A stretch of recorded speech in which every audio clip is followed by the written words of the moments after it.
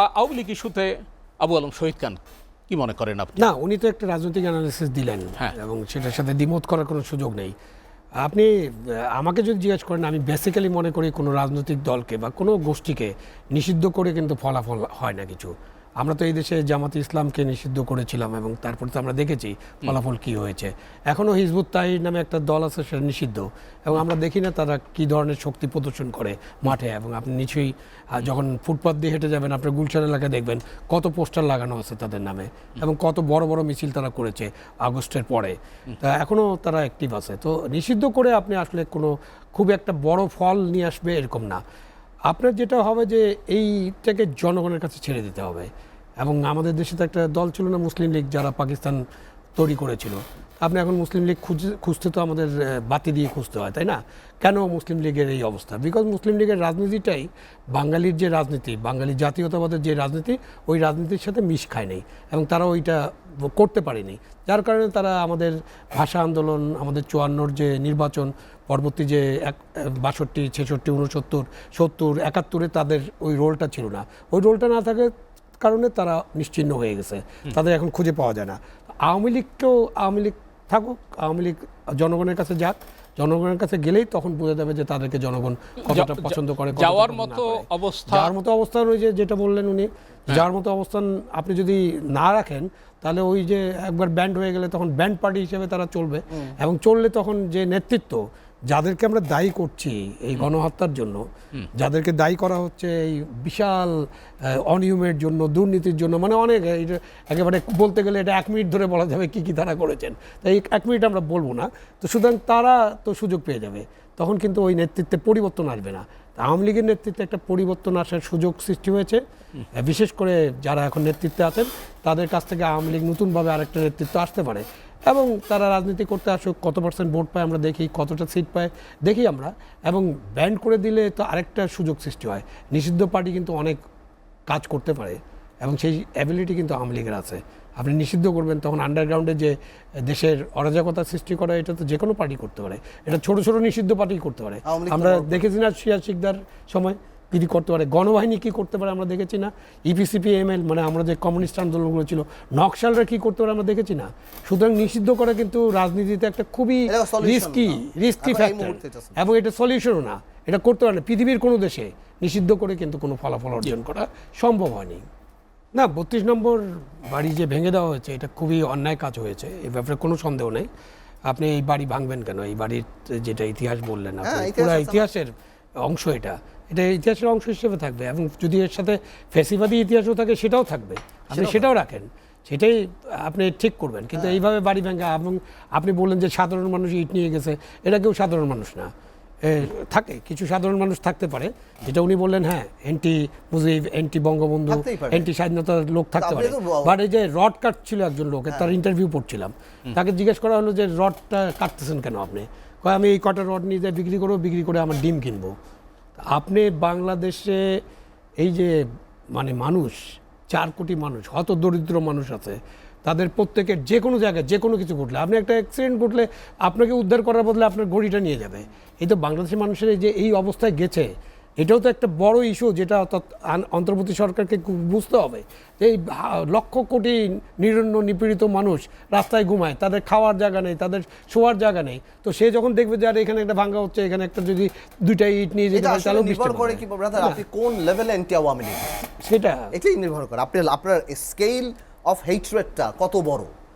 যাদের অনেক, এবং ওই যে যেটা বললেন যে শেখ হাসিনার ভাষণ, আপনি কিন্তু ভাষণ শোনার আগে ভাঙতে গেছেন, এটা ইম্পর্টেন্ট টাইম লাইন আছে। কিন্তু আপনি 9টায় ভাষণ, আপনি 7টা থেকে রওনা দিচ্ছেন। উনি কি ভাষণ দিবে আমরা জানি না, উনি তো অন্য ভাষণ দিতে পারেন। ওনার ভাষণ উনি তো এই ভাষণে ক্ষমাও চাইতে পারতেন, ই শুড হ্যাভ ওয়েট। এবং এইখানে যে আপনি বাহির থেকে যে উস্কানি, এবং আপনার এগুলো তো ভিডিও আছে, যে কেউ একজন বললেন যে কলাবাগানে আমি অলরেডি বুলডোজার পাঠিয়ে দিয়েছি। উনি কে বুলডোজার পাঠানো? কোন অর্গানাইজেশন থেকে বুলডোজার? আমরা নিউ জেনারেশন, আমি ব্যক্তিগতভাবে মনে করি যে ভাঙাভাঙি, আগুন জ্বালানো, ভাঙাভাঙি এগুলি করা কোনো পলিটিক্যাল সমস্যার সমাধান না। এটা বরং কোনো সরকারের স্থিতিশীলতাকে প্রশ্ন করে এবং তার ভাবমূর্তি, আইন শৃঙ্খলা পরিস্থিতি এবং পৃথিবীতে প্রশ্ন করে। তো আমার মনে হয় পলিটিক্স তো ব্রেইনের জিনিস, এটা মাথা ঠান্ডা করে যে যেমনভাবে খেলবে সেটাই বড় কথা। দুর্নীতির বিরুদ্ধে সরকার উনি কতটা যেটা বলছেন যে ব্যাংক লুট বন্ধ আছে এখন, এটা ঠিক আছে। দুর্নীতির বিরুদ্ধে যে ধরনের পদক্ষেপ নেওয়া দরকার সেই পদক্ষেপ কিন্তু আমরা দেখতে পাচ্ছি না। যে মানে আমরা যে ভাঙচুরের ব্যাপারে আলাপ করছিলাম, যে আপনি একটা ইন্ডাস্ট্রি ভাঙচুর, ইন্ডাস্ট্রি বন্ধ করে দেওয়া, ইন্ডাস্ট্রি লুট করা, এই সরকারের প্রথম দিক থেকেই যেটাতে গুরুত্ব দেওয়া উচিত ছিল। এবং প্রথম দিন যেদিন ডক্টর ইউনূস আসলেন সেদিন থেকে এই সরকারের অন্তর্বর্তীকালীন সরকারের কঠোরভাবে নির্দেশনা দেওয়া উচিত ছিল যে আপনারা কোনো প্রতিষ্ঠান ভাঙচুর করবেন না। এই সমস্ত প্রতিষ্ঠান রাষ্ট্রের নিয়ন্ত্রণে আনা যায়, প্রশাসক নিয়োগ করা যায়, প্রতিষ্ঠান চালু রাখা যায়।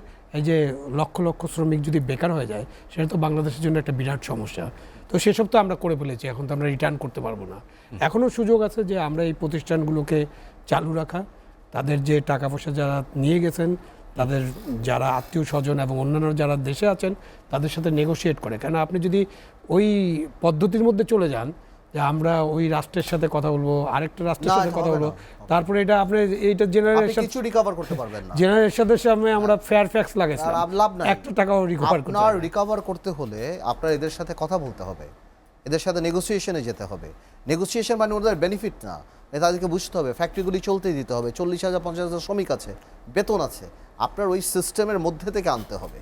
আদারওয়াইজ আপনি যদি মনে করেন যে আপনি এদেরকে জেলে রাখবেন, জাতি দেখছে যে সালমান রহমান জেলখানা ফাঁসি হয়ে গেল বা মারা গেল বা এই হলো, তা আমার লাভ কি? আমার 20,000 কোটি টাকার কি হলো? আমার দেশের কি হলো? মানে জনগণের 20,000 কোটি টাকার কি হলো? আমার মানে তো দেশের, তা লাভ কি হলো আমাদের? এই সরকারটা এসে এইসব ডিল করতে পারবে। কারণ আপনি এখন আমাদের যে অন্তর্বর্তীকালীন সরকার আছে তারা যে রাষ্ট্রের সব কিছু ডিল করতে পারবে এটা সম্ভব না, এটা তাদের কাছে প্রত্যাশা করাও যাবে না। বাট বেসিক জিনিস, আইন শৃঙ্খলা পরিস্থিতি, দ্রব্যমূল্য, সংস্কারের অল্প নিয়ে আপনি নির্বাচন, এগুলোতে কিন্তু আমাদের ঐক্যমত্যে পৌঁছে দ্রুত সিদ্ধান্ত আপনি দ্রব্যমূল্যের কথা বলছেন, রমজান একেবারেই সমাগত। এই বাস্তবতায় দ্রব্যমূল্য যে পরিমাণ আকাশচুম্বী, কি মনে করেন? না, আপনি তো সরকার বলছে সিন্ডিকেটের কাছে তারা অসহায়। না, এই সরকার তো এর আগের সরকারও তাই বলতো, সিন্ডিকেটের কাছে অসহায় কখন হয়। হ্যাঁ। আগে যেটা ছিল যে একটা নেক্সাস ছিল, যে ব্যবসায়ী, রাজনীতিবিদ এবং আমলা, হ্যাঁ, মানে পুরো একটা গণকর্মচারী, syndicate। তারা তিনজন মিলে সিন্ডিকেটটা করতো, প্রত্যেকেই লাভবান হতো। ব্যবসায়ীরা বেশি লাভবান হতো স্বাভাবিকভাবে, 100 টাকা লাভ হলে ব্যবসায়ীরা রাজনীতিবিদরা 20 টাকা দিবে। এখন ওই যে গণকর্মচারী যারা এর সাথে জড়িত আরও 20 টাকা, 80-60 টাকা তারা লাভ এখন তো করবে। ওই নেক্সাস থাকার এখন তো ওই কথা নয়। নেক্সাসটা নাই, তারপরে কেন কন্ট্রোল করতে পারে না? এটা তাদেরকে বসতে হবে। উনি যেটা বলেন ব্যবসায়ীদের সাথে বসতে হবে। আমাদের একটা ট্যারিফ কমিশন আছে, আমাদের বাণিজ্য মন্ত্রণালয় আছে। বাণিজ্য মন্ত্রণালয়ের যিনি দায়িত্বে আছেন তিনি একজন ব্যবসায়ী, এর আগেও একজন ব্যবসায়ী ছিলেন। তো ব্যবসায়ী থাকার পরেও উনি যদি এই জিনিসগুলো বুঝতে না পারেন এবং আলাপ আলোচনা করে যদি ঠিক না করতেন, বিষয়টা হলো আলাপ আলোচনা। আপনি মব দিয়ে কিছু করতে পারবেন না, মব দিয়ে কোনো কিছু কন্ট্রোল করা যাবে না। এখন তো আমরা এই 200-300 লোক, 2,000 লোক এক জায়গায় মব সৃষ্টি করলেই আমরা ভয় পেয়ে যাই এবং তাদের কথা মতো আমরা চলার চেষ্টা করি। সেটা তো হবে না, এইভাবে তো দেশ চলতে পারে না। যে দ্বিতীয় ইনিংস বলতে প্রধান উপদেষ্টা কি বোঝাতে চেয়েছেন? সবশেষ গত 15ই ফেব্রুয়ারি রাজনৈতিক নেতৃবৃন্দের সঙ্গে বৈঠকে তিনি দ্বিতীয় ইনিংসের কথা বলেছেন। আমি তো মানে বুঝতে পারিনি যে দ্বিতীয় ইনিংস বলতে উনি কী বুঝিয়েছেন। এটা উনি আছেন, উনি ছিল যে ওখানে ছিলেন, উনি হয়তো আরও ভালোভাবে বলতে পারবেন। বাট আমার কাছে মনে হয় যে দ্বিতীয় ইনিংসটা হলো লাস্ট ইনিংস। মানে আপনি যদি এই ক্রিকেটের ভাষায় উনি কথা বলেছেন তো, তাহলে আপনি একটা ফার্স্ট ইনিংস অলরেডি খেলে ফেলেছেন, তারপরে এটার কি ইম্প্যাক্ট হচ্ছে এটা আপনি জানেন। সুতরাং আপনার second innings is the last innings. সুতরাং আমি যদি ওইভাবে ব্যাখ্যা করি তাহলে এটা ওনাদের লাস্ট ইনিংস। সুতরাং ওনারা যতটুকু ভালো খেলার এই সময় খেলবেন, খেলে একটা ভালো নির্বাচন দিয়ে আমাদেরকে একটা জনগণের সরকার বা নির্বাচিত সরকারের কাছে দায়িত্বভার হস্তান্তর করবেন এবং নির্বাচিত সরকার নিশ্চয়ই এসে তাদের যে কাজ সেই কাজগুলো করবে। আমিও ডক্টর ইউনূস যেভাবে বলেছেন যে দুটা জিনিস বলেছেন তো উনি বলেছেন অল্প কিছু সংস্কার হলে তাহলে আমরা ডিসেম্বরের মধ্যে নির্বাচন করতে পারবো। আর যদি রাজনৈতিক দলগুলো আরো বেশি সংস্কার চায়, উনি কিন্তু বলেননি যে আমরা আরো বেশি সংস্কার করে জুন জুলাইতে দেবো। বক্তব্যটা খুব ক্লিয়ার। তাহলে আমরা রাজনৈতিক দলের যে ঐক্যমত্য যেটা দেখতে চাই, সেটার যে প্রক্রিয়া শুরু হয়েছে সেকেন্ড ইনিংসে, আমরা এই ঐক্যমত্য দেখে আমরা একটা নির্বাচনে দেখেছি। কিন্তু এরই মধ্যে তো আমরা একটা অনৈক্যের সুরও লক্ষ্য করি। বিএনপি ডিসেম্বর পর্যন্ত মানলো, আবার জামাতে ইসলাম তারা আগামী বছরের মাঝামাঝির কথাও বলছে। কি বলবেন এই? এটা তো গণতন্ত্র, আপনি প্রত্যেকটা দল তার যে সুবিধা অনুযায়ী কথা বলবে। এখন বিএনপি হয়তো মনে করে যত আর্লি নির্বাচন হবে তত তাদের chances of forming government better. সুতরাং এটা তারা মনে করতে পারে, এবং আমরাও জানি বিএনপির শক্তিমত্তাটা কোথায় আছে। তো জামাতে ইসলাম বা অন্য নতুন দল তারা একটু তারা delay আরেকটু সময় পেলে তাদের হয়তো আরেকটু অর্গানাইজ করতে পারবে, তারা এটা মনে করে। হ্যাঁ। কিন্তু বাংলাদেশের মানুষের জন্য, বাংলাদেশের মানুষের যে সমস্ত বেসিক সমস্যা আছে যেগুলো দূর না করলে আমরা বিপদে পড়ে যাব, সেই বিপদ থেকে বাংলাদেশের মানুষকে রক্ষা করার জন্য আমাদের অবশ্যই ডিসেম্বরের মধ্যে একটা স্বাধীন, সুন্দর, উৎসবমুখর নির্বাচন হওয়া দরকার।